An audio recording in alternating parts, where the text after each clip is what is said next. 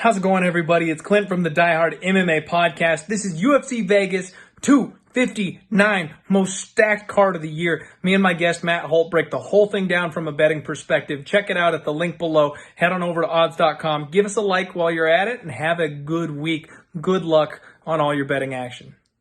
Next up, we're getting to the good stuff, Matt. We've got 3 title fights, and the very first one coming up, bantamweight tilt, where I've got a feeling, I feel like you and I have talked about this one a couple times already. Petr Yan taking on Aljamain Sterling for the bantamweight strap. Yan is 15-1. Sterling is 19-3. And Matt, since I kind of know how you're feeling on this one, I'll let you lead this off. Tell us what you're doing on this fight. Yeah, look, we broke this fight down a couple times before. The only difference is the last couple times we broke this fight down, there was never any minus money on our guy. The problem is we've broke this fight down so many times now that everyone's bet Aljamain Sterling along with us. And at this point, I'm glad I got some bets in early. I actually have a couple of plus 125s and a plus 120 because Aljo's going off the favorite here. It's just the bottom line. And a deserved favorite at that. He is going to be so much bigger, so much stronger. I think Jan's awesome. Super fun to watch. Love the way he fights. He is going to get wrestle mauled here for 5 rounds or choked out later in the fight. But I just don't see a way. I mean, the problem is at 135, while Jan has very, very good technical striking, he's not a one-punch blow-you-away guy.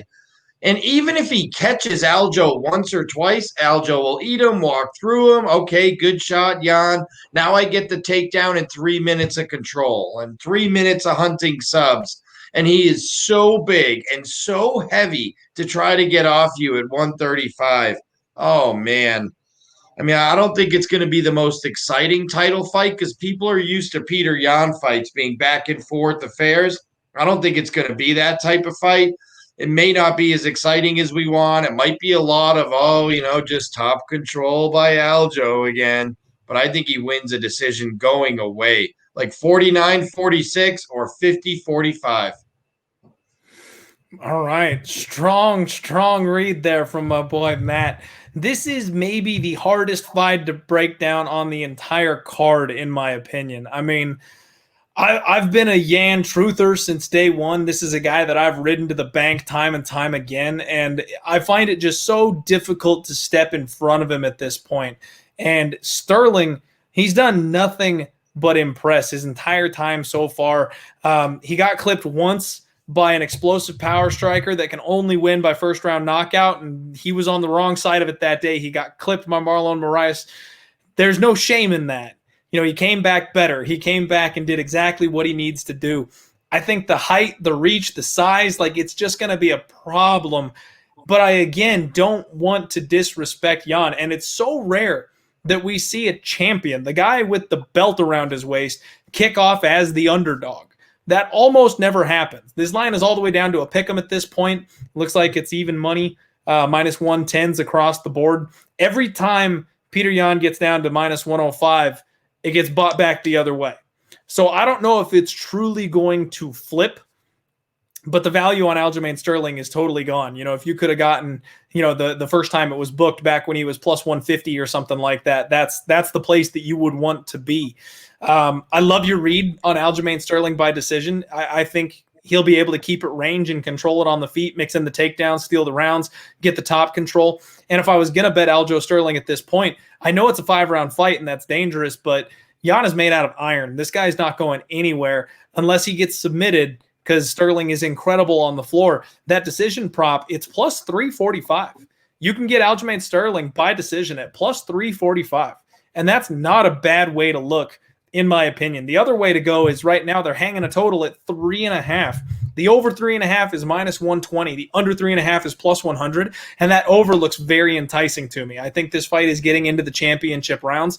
Yan does not have one-punch knockout power. I love the guy. He's never had one-punch knockout power. He relies on the volume. He relies on cranking up the heat on you. He's kind of like a Max Holloway where he cooks you the longer the fight goes on, and then he gets you late. Aljamain Sterling has only been knocked out by that flash one-shot knockout power before. So I don't think Jan's getting a knockout. Jan's never getting a submission. Sterling, maybe getting a submission, not getting a knockout. So I think there's not a whole lot of ways this fight ends inside the distance. And I think that over 3.5 might be the way I end up looking. I think that's maybe the safest bet on the card. I mean, it's a other really than close an fight. Why Aljo, pick a side? yeah, other than an Aljo round 1 sub before they both get sweaty. How is this fight ending inside the distance? Jan's not one shot knocking him out. People think Aljo's chinny. Go watch the head kick he took from Marlon Moraes. Oh my God. Moraes almost kicked his head off. Besides that, this guy has been in there with plenty of bangers. Corey Sandhagen, Pedro Munoz, Cody Stamen, Renan Barão back in the day when Renan Barão could still bang. And nobody was hurting this guy. This fight is easily getting into the championship rounds. You might have just got on to the fact that while I do think that Aljo at a pick'em or a small underdog is value because I think he's going to win the fight, I actually think there's more value over 3.5 because there's just so few ways the fight ends before that. I think you just talked me into a second bet, my friend. I think that's the way to play it. I think there's no point in what could be a very close, very competitive fight, a fight where there are long positions of either them feeling each other out on the feet or them being in control positions on the ground or against the cage. I think there's a lot of opportunities for this fight to get extended. I think the over 3.5 is the safe spot. And then you get that, hey, maybe one of these guys catches the other one late when things get greasy in the 4th and 5th round. You can squeeze right past that and not have to worry about picking a side. I think the over 3.5 is a spot that I'm going to end up making an official bet.